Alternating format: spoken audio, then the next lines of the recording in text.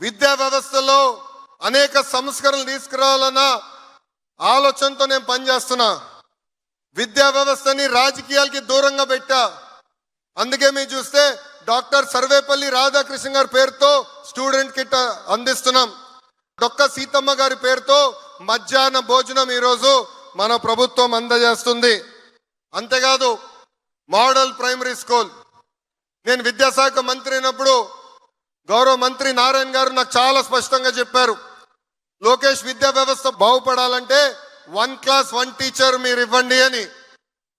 గతంలో కేవలం 1200 స్కూల్స్ ఉండేది.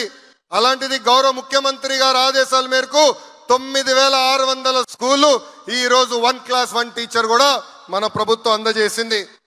సాటర్డే నో బ్యాక్ డే చేశాం. ఏకంగా చాగంటి కోటేశ్వరరావు గారిని క్యాబినెట్ ర్యాంక్ ఇచ్చి నైతిక విలువల పైన సలహాదారులుగా నియమిస్తాం జరిగింది. ఈ సభాముఖంగా చాగంటి కోటేశ్వరరావు గారిని నేను అభినందించాలనుకుంటున్నా. ఆయన క్యాబినెట్ ర్యాంక్ ఇచ్చిన ఒక్క కారు తీసుకోలేదు, ఒక్క ఫోన్ తీసుకోలేదు, కనీసం నా ఆఫీస్కి వచ్చినప్పుడు ఒక్క బాటిల్ నీరు కూడా ఆయన తాగలేదు.